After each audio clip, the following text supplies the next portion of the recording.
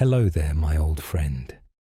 Tonight, our quest takes us through a collection of old fairy tales written down by Hans Christian Andersen. Now, settle in, take a deep breath, and let's travel back to an age of myth and legend. The Last Dream of the Old Oak. In the forest, high up on the steep shore, and not far from the open sea coast, stood a very old oak tree. It was just 365 years old, but that long time was to the tree as the same number of days might be to us. We wake by day and sleep by night, and then we have our dreams. It is different with the tree. It is obliged to keep awake through 3 seasons of the year, and does not get any sleep till winter comes. Winter is its time for rest, its night after the long day of spring, summer, and autumn.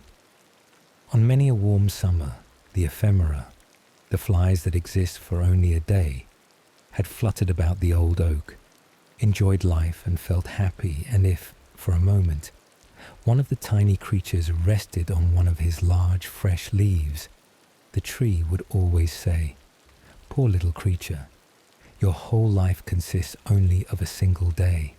How very short. It must be quite melancholy." "Melancholy? What do you mean?" the little creature would always reply. "Everything around me is so wonderfully bright and warm and beautiful that it makes me joyous. But only for one day, and then it is all over." "Over," repeated the fly. "What is the meaning of all over? Are you all over too?" "No. I shall very likely live for thousands of your days, and my day is whole seasons long. Indeed, it is so long that you could never reckon it out." "No. Then I don't understand you. You may have thousands of my days, but I have thousands of moments in which I can be merry and happy. Does all the beauty of the world cease when you die?" "No," replied the tree. "It will certainly last much longer, infinitely longer than I can even think of." "Well then," said the little fly, "we have the same time to live, only we reckon differently." And the little creature danced and floated in the air, rejoicing in her delicate wings of gauze and velvet, rejoicing in the balmy breezes, laden with the fragrance of clover fields and wild roses, elder blossoms and honeysuckle from the garden hedges, wild thyme, primroses and mint, and the scent of all these was so strong that the perfume almost intoxicated the little fly. The long and beautiful day had been so full of joy and sweet delights that when the sun sank low, it felt tired of all its happiness and enjoyment. Its wings could sustain it no longer, and gently and slowly it glided down upon the soft waving blades of grass, nodded its little head as well as it could nod, and slept peacefully and sweetly. The fly was dead. "Poor little ephemera," said the oak. "What a terribly short life." And so, on every summer day, the dance was repeated, the same questions asked, and the same answers given. The same thing was continued through many generations of ephemera. All of them felt equally merry and equally happy. The oak remained awake through the morning of spring, the noon of summer, and the evening of autumn. Its time of rest, its night drew nigh. Winter was coming. Already the storms were singing, "Good night, good night." Here fell a leaf, and there fell a leaf. We will rock you and lull you. Go to sleep, go to sleep. We will sing you to sleep and shake you to sleep, and it will do your old twigs good. They will even crackle with pleasure. Sleep sweetly, sleep sweetly. It is your 365th night. Correctly speaking, you are but a youngster in the world. Sleep sweetly, the clouds will drop snow upon you, which will be quite a coverlid, warm and sheltering to your feet. Sweet sleep to you, and pleasant dreams.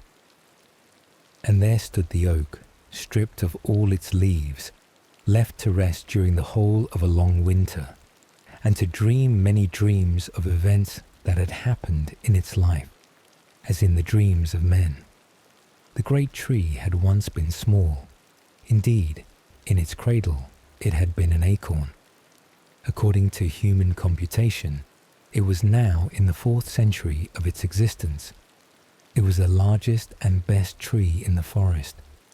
Its summit towered above all the other trees and could be seen far out at sea, so that it served as a landmark to the sailors. It had no idea how many eyes looked eagerly for it. In its topmost branches the wood pigeon built her nest, and the cuckoo carried out his usual vocal performances, and his well-known notes echoed amid the boughs. And in autumn, when the leaves looked like beaten copper plates, the birds of passage would come and rest upon the branches before taking their flight across the sea. But now it was winter. The tree stood leafless, so that everyone could see how crooked and bent were the branches that sprang forth from the trunk. Crows and rooks came by turns and sat on them, and talked of the hard times which were beginning, and how difficult it was in winter to obtain food. It was just about Holy Christmas time that the tree dreamed a dream.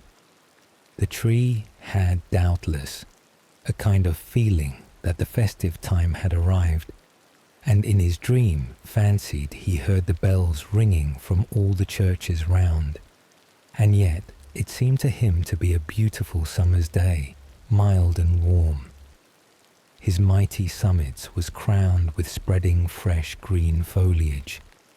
The sunbeams played among the leaves and branches, and the air was full of fragrance from herb and blossom. Painted butterflies chased each other.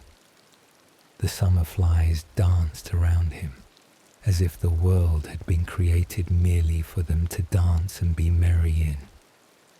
All that had happened to the tree during every year of his life seemed to pass before him, as in a festive procession. He saw the knights of olden times and noble ladies ride by through the wood on their gallant steeds, with plumes waving in their hats and falcons on their wrists. The hunting horn sounded and the dogs barked. He saw hostile warriors in coloured dresses and glittering armour, with spear and halberd pitching their tents and anon striking them. The watchfires again blazed, and men sang and slept under the hospitable shelter of the tree. He saw lovers meet in quiet happiness near him in the moonshine, and carve the initials of their names in the greyish-green bark on his trunk. Once, but long years had intervened since then. Guitars and Aeolian harps had been hung on his boughs by merry travellers. Now they seemed to hang there again, and he could hear their marvellous tones. The wood pigeons cooed as if to explain the feelings of the tree, and the cuckoo called out to tell him how many summer days he had yet to live. Then it seemed as if new life was thrilling through every fibre of root and stem and leaf, rising even to the highest branches. The tree felt itself stretching and spreading out, while through the root beneath the earth ran the warm vigour of life. As he grew higher and still higher with increased strength, his topmost boughs became broader and fuller, and in proportion to his growth, so was his self-satisfaction increased, and with it arose a joyous longing to grow higher and higher, to reach even to the warm, bright sun itself. Already had his topmost branches pierced the clouds, which floated beneath them like troops of birds of passage or large white swans. Every leaf seemed gifted with sight, as if it possessed eyes to see. The stars became visible in broad daylight, large and sparkling, like clear and gentle eyes. They recalled to the memory the well-known look in the eyes of a child, or in the eyes of lovers who had once met beneath the branches of the old oak. These were wonderful and happy moments for the old tree, full of peace and joy. And yet, amidst all this happiness, the tree felt a yearning, longing desire that all the other trees, bushes, herbs, and flowers beneath him might be able also to rise higher, as he had done, and to see all this splendor and experience the same happiness. The grand, majestic oak could not be quite happy in the midst of his enjoyment, while all the rest, both great and small, were not with him. And this feeling of yearning trembled through every branch, through every leaf, as warmly and fervently as if they had been the fibers of a human heart. The summit of the tree waved to and fro, and bent downwards, as if in his silent longing he sought for something. Then there came to him the fragrance of thyme, followed by the more powerful scent of honeysuckle and violets, and he fancied he heard the note of the cuckoo. At length his longing was satisfied. Up through the clouds came the green summits of the forest trees, and beneath him the oak saw them rising and growing higher and higher. Bush and herb shot upward, and some even tore themselves up by the roots to rise more quickly. The birch tree was the quickest of all.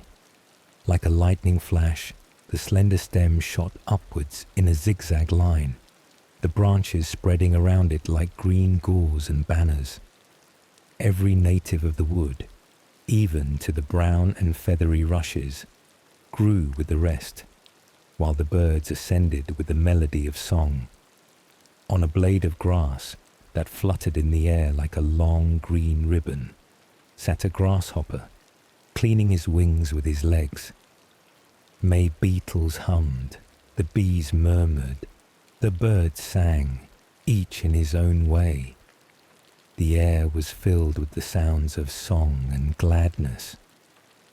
"But where is the little blue flower that grows by the water?" asked the oak. "And the purple bellflower and the daisy?" You see, the oak wanted to have them all with him. "Here we are here," sounded in voice and song. "But the beautiful time of last summer, where is that? And the lilies of the valley, which last year covered the earth with their bloom? And the wild apple tree with its lovely blossoms, and all the glory of the wood, which has flourished year after year? Even what may have but now sprouted forth could be with us here." We are here," sounded voices higher in the air, as if they had flown there beforehand. "Why, this is beautiful, too beautiful to be believed," said the oak in a joyful tone. "I have them all here, both great and small. Not one has been forgotten. Can such happiness be imagined?" It seemed almost impossible. "In heaven with the eternal God, it can be imagined, and it is possible," sounded the reply through the air. And the old tree, as it still grew upwards and onwards, felt that his roots were loosening themselves from the earth. "It is right so, it is best," said the tree. "No fetters hold me now. I can fly up to the very highest point in light and glory, and all I love are with me, both small and great. All are here." Such was the dream of the old oak, and while he dreamed, a mighty storm came rushing over land and sea at the holy Christmas time. The sea rolled in great billows towards the shore. There was a cracking and crushing heard in the tree. The root was torn from the ground just at the moment when in his dream he fancied it was being loosened from the earth. He fell. His 365 years were past as the single day of the ephemera. On the morning of Christmas Day, when the sun rose, the storm had ceased. From all the churches sounded the festive bells, and from every hearth, even of the smallest hut, rose the smoke into the blue sky, like the smoke from the festive thank offerings on the Druids' altars. The sea gradually became calm, and on board a great ship that had withstood the tempest during the night, all the flags were displayed as a token of joy and festivity.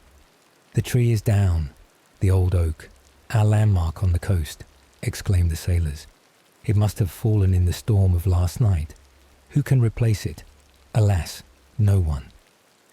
This was a funeral oration over the old tree, short but well meant. There it lay stretched on the snow-covered shore, and over it sounded the notes of a song from the ship, a song of Christmas joy, and of the redemption of the soul of man, and of eternal life through Christ's atoning blood. "Sing aloud on the happy morn, all is fulfilled, for Christ is born. With songs of joy let us loudly sing, hallelujahs to Christ our King." Thus sounded the old Christmas carol, and every one on board the ship felt his thoughts elevated through the song and the prayer, even as the old tree had felt lifted up in its last, its beautiful dream on that Christmas morn. The Last Pearl. We are in a rich, happy house where the master, the servants, the friends of the family are full of joy and felicity. For on this day a son and heir has been born, and mother and child are doing well. The lamp in the bedchamber had been partly shaded, and the windows were covered with heavy curtains of some costly silken material. The carpet was thick and soft, like a covering of moss. Everything invited to slumber. Everything had a charming look of repose. And so the nurse had discovered, for she slept, and well she might sleep, while everything around her told of happiness and blessing. The guardian angel of the house leaned against the head of the bed, while over the child was spread, as it were, a net of shining stars, and each star was a pearl of happiness. All the good stars of life had brought their gifts to the newly born. Here sparkled health, wealth, fortune, and love. In short, there seemed to be everything for which man could wish on earth. "Everything has been bestowed here," said the guardian angel. "No, not everything," said a voice near him, the voice of the good angel of the child. "One fairy has not yet brought her gift, but she will, even if years should elapse, she will bring her gift. It is the last pearl that is wanting."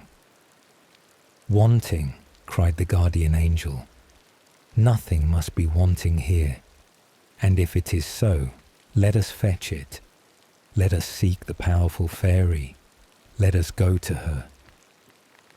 She will come. She will come some day unsought. Her pearl must not be missing. It must be there, that the crown, when worn, may be complete. Where is she to be found? Where does she dwell?" said the guardian angel. "Tell me, and I will procure the pearl." "Will you do that?" replied the good angel of the child. "Then I will lead you to her directly, wherever she may be. She has no abiding place. She rules in the palace of the emperor. Sometimes she enters the peasant's humble cot. She passes no one without leaving a trace of her presence. She brings her gift with her, whether it is a world or a bauble. To this child she must come. You think that to wait for this time would be long and useless. Well then, let us go for this pearl, the only one lacking amidst all this wealth. Then hand in hand they floated away to the spot where the fairy was now lingering. It was in a large house with dark windows and empty rooms in which a peculiar stillness reigned. A whole row of windows stood open, so that the rude wind could enter at its pleasure, and the long white curtains waved to and fro in the current of air. In the centre of one of the rooms stood an open coffin, in which lay the body of a woman, still in the bloom of youth and very beautiful. Fresh roses were scattered over her. The delicate folded hands and the noble face glorified in death by the solemn, earnest look, which spoke of an entrance into a better world, were alone visible. Around the coffin stood the husband and children, a whole troop, the youngest in the father's arms. They were come to take a last farewell look of their mother. The husband kissed her hand, which now lay like a withered leaf, but which a short time before had been diligently employed in deeds of love for them all.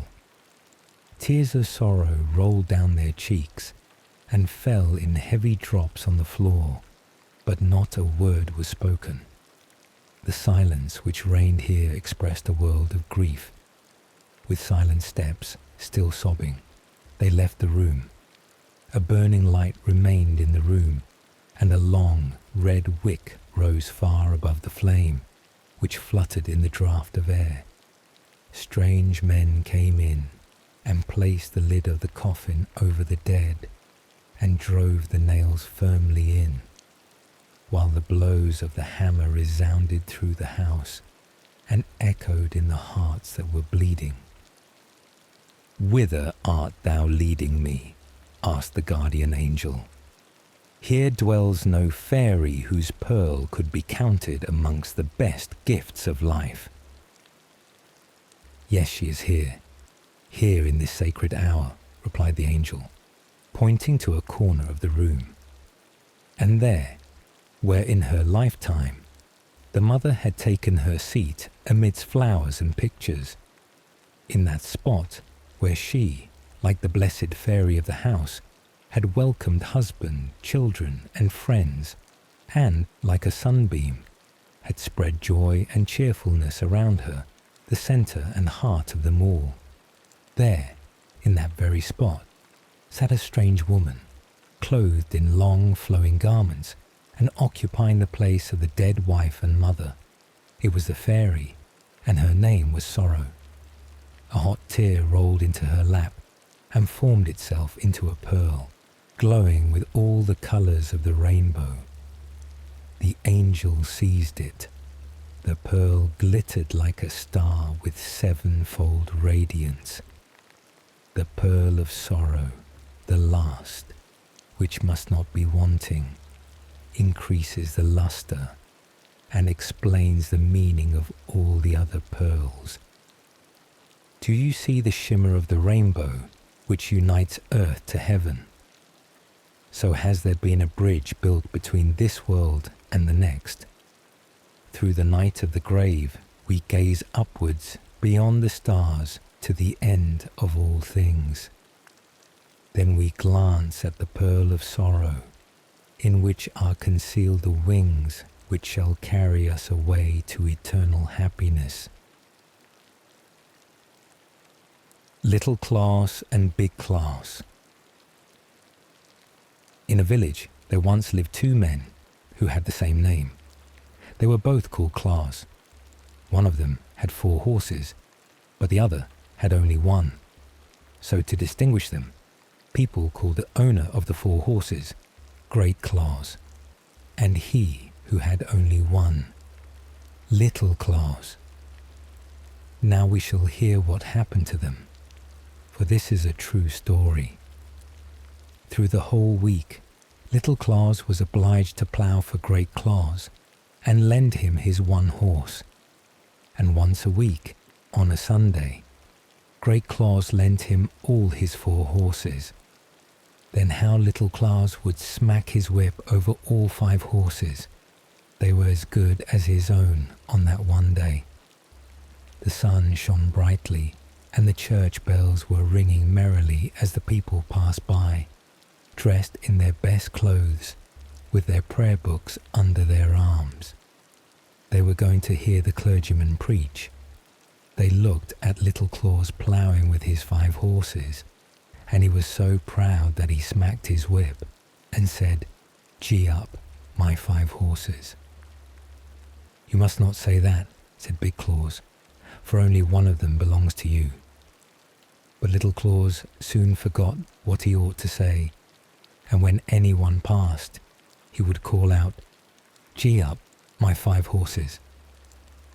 "Now I must beg you not to say that again," said Big Claus, "for if you do, I shall hit your horse on the head, so that he will drop dead on the spot, and there will be an end of him." "I promise you I will not say it any more," said the other. But as soon as people came by, nodding to him and wishing him good day, he became so pleased and thought how grand it looked to have 5 horses ploughing in his field, that he cried out again, "Gee up, all my horses." "I'll gee up your horses for you," said Big Claus.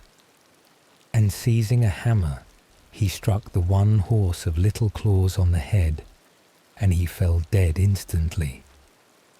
"Oh, now I have no horse at all," said Little Claus, weeping. But after a while, he took off the dead horse's skin and hung the hide to dry in the wind. Then he put the dry skin into a bag and, placing it over his shoulder, went out into the next town to sell the horse's skin. He had a very long way to go and had to pass through a dark, gloomy forest. Presently, a storm arose, and he lost his way, and before he discovered the right path, evening came on, and it was still a long way to the town, and too far to return home before night. Near the road stood a large farmhouse. The shutters outside the windows were closed, but light shone through the crevices at the top.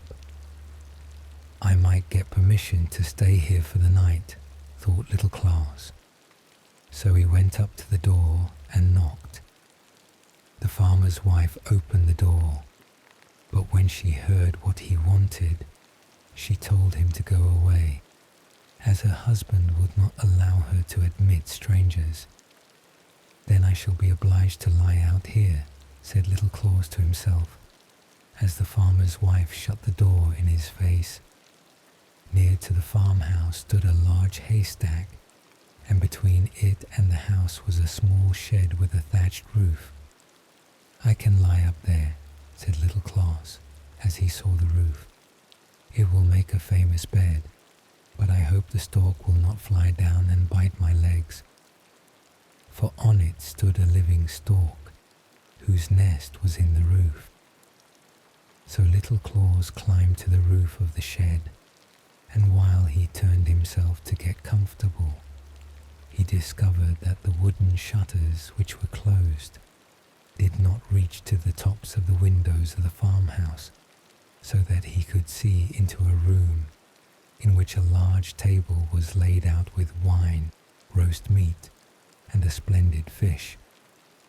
The farmer's wife and the sexton were sitting at the table together, and she filled his glass and helped him plenteously to fish, which appeared to be his favourite dish. "If I could only get some too," thought Little Claus. And then, as he stretched his neck towards the window, he spied a large, beautiful pie. Indeed, they had a glorious feast before them.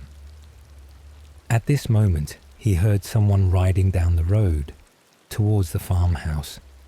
It was the farmer returning home. He was a good man, but still he had a very strange prejudice. He could not bear the sight of a sexton. If one appeared before him, he would put himself in a terrible rage In consequence of this dislike, the sexton had gone to visit the farmer's wife during her husband's absence from home, and the good woman had placed before him the best she had in the house to eat. When she heard the farmer coming, she was frightened, and begged the sexton to hide himself in a large empty chest that stood in the room. He did so, for he knew her husband could not endure the sight of a sexton. The woman then quickly put away the wine, and hid all the rest of the nice things in the oven, for if her husband had seen them, he would have asked what they were brought out for. "Oh dear," sighed Little Claus from the top of the shed, as he saw all the good things disappear. "Is anyone up there?" asked the farmer, looking up and discovering Little Claus. "Why are you lying up there? Come down and come into the house with me." So Little Claus came down and told the farmer how he had lost his way and begged for a night's lodging. "All right," said the farmer, "but we must have something to eat first."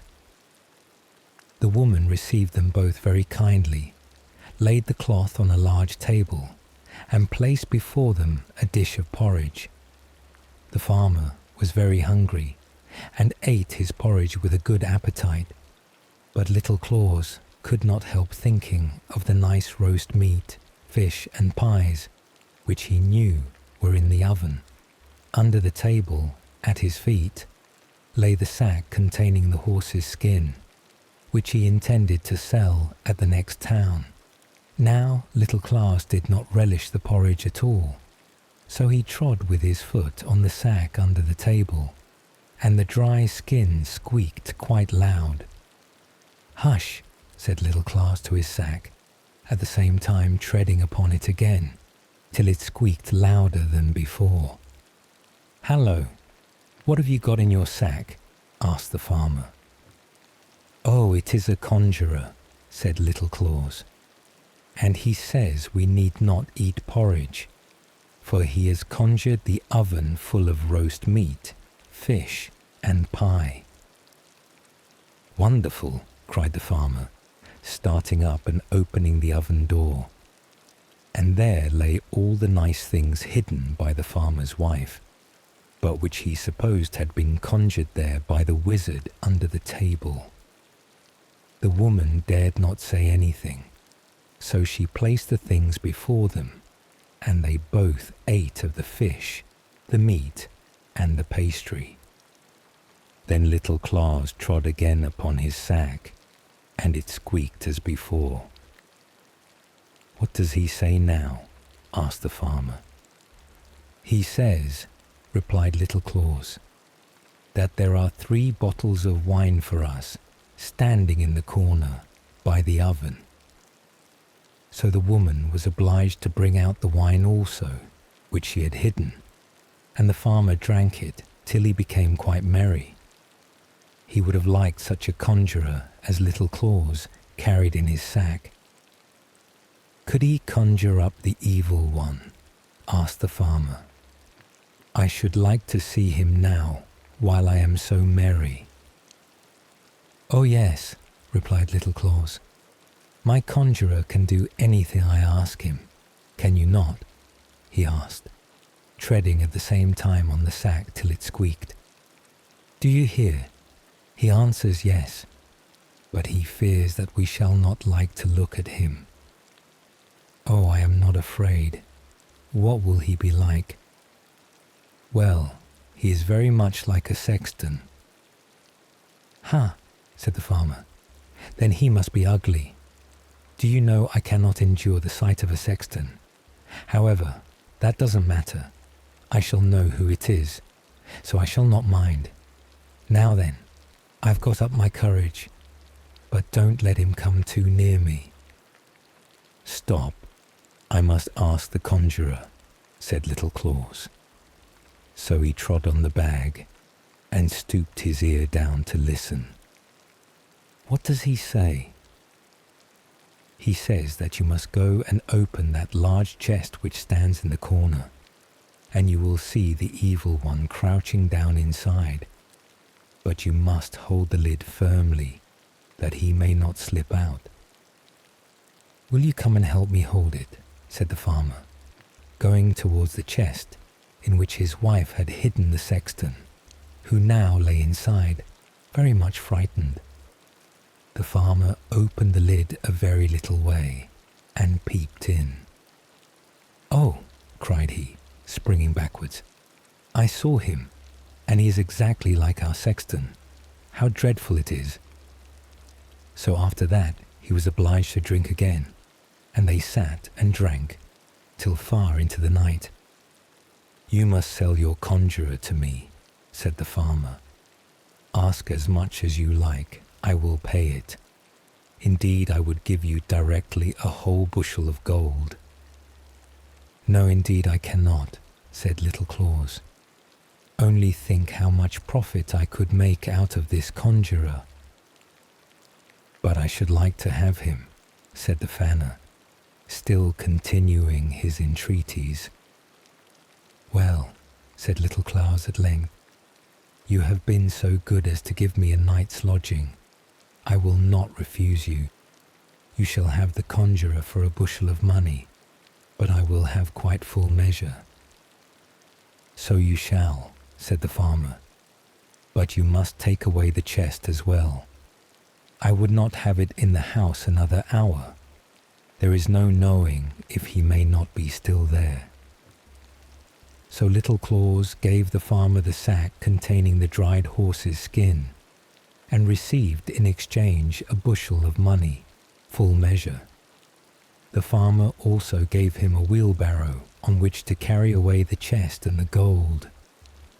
"Farewell," said Little Claus, as he went off with his money and the great chest, in which the sexton lay still concealed. On one side of the forest was a broad, deep river. The water flowed so rapidly that very few were able to swim against the stream.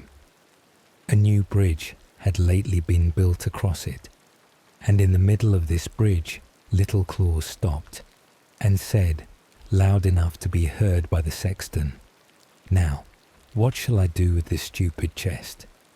It is as heavy as if it were full of stones. I shall be tired if I roll it any farther, so I may as well throw it in the river.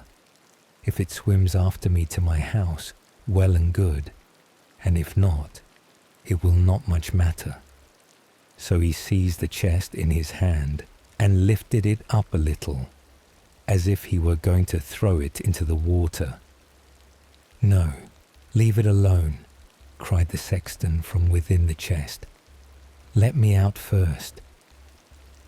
"Oh," exclaimed Little Claus, pretending to be frightened. "He is in there still, is he? I must throw him into the river, that he may be drowned." "Oh no, oh no," cried the sexton. "I will give you a whole bushel full of money if you will let me go." "Why, that is another matter," said Little Claus, opening the chest. The sexton crept out, pushed the empty chest into the water, and went to his house. Then he measured out a whole bushel full of gold for Little Claus, who had already received one from the farmer, so that now he had a barrow full. "I have been well paid for my horse," said he to himself when he reached home, entered his own room, and emptied all his money into a heap on the floor. "How vexed Great Claus will be when he finds out how rich I have become all through my one horse. But I shall not tell him exactly how it all happened." Then he sent a boy to Great Claus to borrow a bushel measure. "What can he want it for?" thought Great Claus. So he smeared the bottom of the measure with tar, that some of whatever was put into it might stick there and remain. And so it happened, for when the measure returned, 3 new silver florins were sticking to it. "What does this mean?" said Great Claus. So he ran off directly to Little Claus and asked, "Where did you get so much money?" "Oh, for my horse's skin. I sold it yesterday." "It was certainly well paid for then," said Great Claus, and he ran home to his house, seized a hatchet, and knocked all his 4 horses on the head, flayed off their skins, and took them to the town to sell. "Skins, skins, who'll buy skins?" he cried as he went through the streets. All the shoemakers and tanners came running and asked how much he wanted for them. "A bushel of money for each," replied Great Claus. "Are you mad?" they all cried. "Do you think we have money to spend by the bushel?" "Skins, skins," he cried again. "Who'll buy skins?" But to all who inquired the price, his answer was, "A bushel of money." "He is making fools of us," said they all. Then the shoemakers took their straps, and the tanners their leather aprons, and began to beat Great Claus. "Skins, skins," they cried, mocking him. "Yes, we'll mark your skin for you till it is black and blue." "Out of the town with him," said they. And Great Claus was obliged to run as fast as he could. He had never before been so thoroughly beaten. "Ah," said he, as he came to his house, "Little Claus shall pay me for this. I will beat him to death." Meanwhile, the old grandmother of Little Claus died. She had been cross, unkind, and really spiteful to him. But he was very sorry, and took the dead woman and laid her in his warm bed to see if he could bring her to life again. There he determined that she should lie the whole night, while he seated himself in a chair in a corner of the room, as he had often done before. During the night, as he sat there, the door opened, and in came Great Claus with a hatchet. He knew well where Little Claus's bed stood, so he went right up to it and struck the old grandmother on the head, thinking it must be Little Claus. "There," cried he, "now you cannot make a fool of me again." And then he went home. "That is a very wicked man," thought Little Claus. "He meant to kill me. It is a good thing for my old grandmother that she was already dead, or he would have taken her life." Then he dressed his old grandmother in her best clothes, borrowed a horse of his neighbor, and harnessed it to a cart. Then he placed the old woman on the back seat, so that she might not fall out as he drove, and rode away through the wood.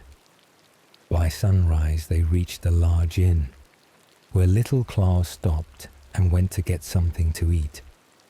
The landlord was a rich man, and a good man too, but as passionate as if he had been made of pepper and snuff. "Good morning," said he to Little Claus. "You are come betimes today."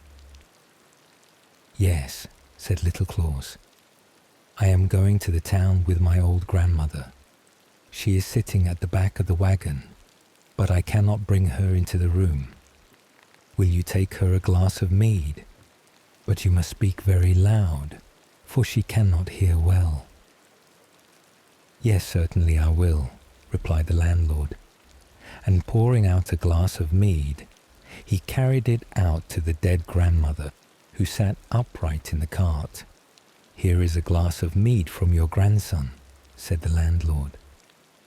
The dead woman did not answer a word, but sat quite still. "Do you not hear?" cried the landlord as loud as he could. "Here is a glass of mead from your grandson." Again and again he bawled it out, but as she did not stir, he flew into a passion and threw the glass of mead in her face. It struck her on the nose, and she fell backwards out of the cart, for she was only seated there, not tied in. "Hallo!" cried Little Claus, rushing out of the door and seizing hold of the landlord by the throat. "You have killed my grandmother. See, here is a great hole in her forehead." "Oh, how unfortunate," said the landlord, wringing his hands. "This all comes of my fiery temper. Dear Little Claus, I will give you a bushel of money. I will bury your grandmother as if she were my own. Only keep silent, or else they will cut off my head, and that would be disagreeable." So it happened that Little Claus received another bushel of money, and the landlord buried his old grandmother as if she had been his own. When Little Claus reached home again, he immediately sent a boy to Great Claus, requesting him to lend him a bushel measure. "How is this?" thought Great Claus. "Did I not kill him? I must go and see for myself." So he went to Little Claus and took the bushel measure with him. "How did you get all this money?" asked Great Claus, staring with wide open eyes at his neighbor's treasures. "You killed my grandmother instead of me," said Little Claus, "so I have sold her for a bushel of money." "That is a good price at all events," said Great Claus. So he went home, took a hatchet, and killed his old grandmother with one blow. Then he placed her on a cart and drove into the town to the apothecary and asked him if he would buy a dead body. "Whose is it, and where did you get it?" asked the apothecary. "It is my grandmother," he replied. "I killed her with a blow that I might get a bushel of money for her." "Heaven preserve us," cried the apothecary. "You are out of your mind. Don't say such things, or you will lose your head." And then he talked to him seriously about the wicked deed he had done, and told him that such a wicked man would surely be punished. Great Claus got so frightened that he rushed out of the surgery, jumped into the cart, whipped up his horses, and drove home quickly. The apothecary and all the people thought him mad, and let him drive where he liked. "You shall pay for this," said Great Claus, as soon as he got into the high road. "That you shall, Little Claus." So as soon as he reached home, he took the largest sack he could find and went over to Little Claus. "You have played me another trick," said he. "First, I killed all my horses, and then my old grandmother, and it is all your fault, but you shall not make a fool of me any more." So he laid hold of Little Claus round the body and pushed him into the sack, which he took on his shoulders, saying, "Now I'm going to drown you in the river." He had a long way to go before he reached the river, and Little Claus was not a very light weight to carry. The road led by the church, and as they passed, he could hear the organ playing and the people singing beautifully. Great Claus put down the sack close to the church door and thought he might as well go in and hear a psalm before he went any farther. Little Claus could not possibly get out of the sack, and all the people were in church. So in he went. Oh dear, sighed Little Claus in the sack, as he turned and twisted about. But he found he could not loosen the string with which it was tied. Presently an old cattle driver with snowy hair passed by, carrying a large staff in his hand, with which he drove a large herd of cows and oxen before him. They stumbled against the sack in which lay Little Claus, and turned it over. Oh dear, sighed Little Claus, I am very young, yet I am soon going to heaven. And I, poor fellow, said the drover, I who am so old already cannot get there. Open the sack, cried Little Claus. Creep into it instead of me, and you will soon be there." "With all my heart," replied the drover, opening the sack, from which sprung Little Claus as quickly as possible. "Will you take care of my cattle?" said the old man, as he crept into the bag. "Yes," said Little Claus, and he tied up the sack, and then walked off with all the cows and oxen. When Great Claus came out of church, he took up the sack and placed it on his shoulders. It appeared to have become lighter, for the old drover was not half so heavy as Little Claus. "How light he seems now," said he. "Ah, it is because I have been to a church." So he walked onto the river, which was deep and broad, and threw the sack containing the old drover into the water, believing it to be Little Claus. "There you may lie," he exclaimed. "You will play me no more tricks now." Then he turned to go home, but when he came to a place where two roads crossed, there was Little Claus driving the cattle. "How is this?" said Great Claus. "Did I not drown you just now?" "Yes," said Little Claus. "You threw me into the river about half an hour ago." "But wherever did you get all these fine beasts?" asked Great Claus. "These beasts are sea cattle," replied Little Claus. "I'll tell you the whole story, and thank you for drowning me. I am above you now. I am really very rich. I was frightened, to be sure, while I lay tied up in the sack, and the wind whistled in my ears when you threw me into the river from the bridge, and I sank to the bottom immediately. But I did not hurt myself, for I fell upon beautifully soft grass which grows down there. And in a moment the sack opened, and the sweetest little maiden came towards me. She had snow-white robes and a wreath of green leaves on her wet hair.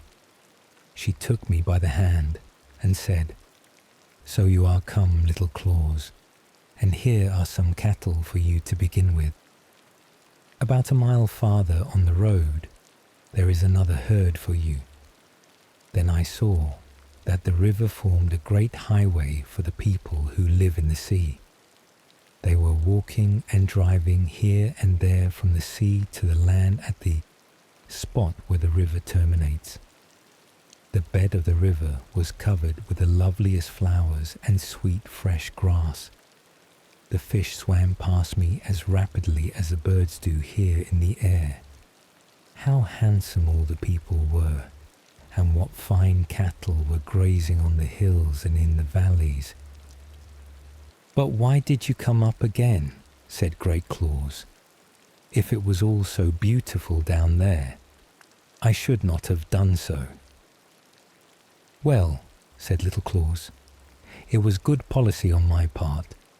You heard me say just now that I was told by the sea maiden to go a mile farther on the road, and I should find a whole herd of cattle. By the road she meant the river, for she could not travel any other way. But I knew the winding of the river, and how it bends, sometimes to the right and sometimes to the left, and it seemed a long way, so I chose a shorter one. And by coming up to the land, and then driving across the fields back again to the river, I shall save half a mile and get all my cattle more quickly." "What a lucky fellow you are," exclaimed Great Claus. "Do you think I should get any sea cattle if I went down to the bottom of the river?" "Yes, I think so," said Little Claus. "But I cannot carry you there in a sack. You are too heavy. However, if you will go there first, and then creep into a sack, I will throw you in with the greatest pleasure." "Thank you," said Great Claus. "But remember, if I do not get any sea cattle down there, I shall come up again and give you a good thrashing." "No, now, don't be too fierce about it," said Little Claus. as they walked on towards the river. When they approached it, the cattle, who were very thirsty, saw the stream and ran down to drink. "See what a hurry they are in," said Little Claus. "They are longing to get down again." "Come, help me. Make haste," said Great Claus, "or you'll get beaten." So he crept into a large sack, which had been lying across the back of one of the oxen. "Put in a stone," said Great Claus, "or I may not sink." "Oh, there's not much fear of that," he replied. Still, he put a large stone into the bag, and then tied it tightly and gave it a push. Plump! In went Great Claus, and immediately sank to the bottom of the river. "I'm afraid he will not find any cattle," said Little Claus, and then he drove his own beast homewards. And so, our quest through these timeless tales comes to an end. With the story's final words, you have completed this sleepy quest. May your dreams be filled with magic until the next adventure begins. Rest well, traveller.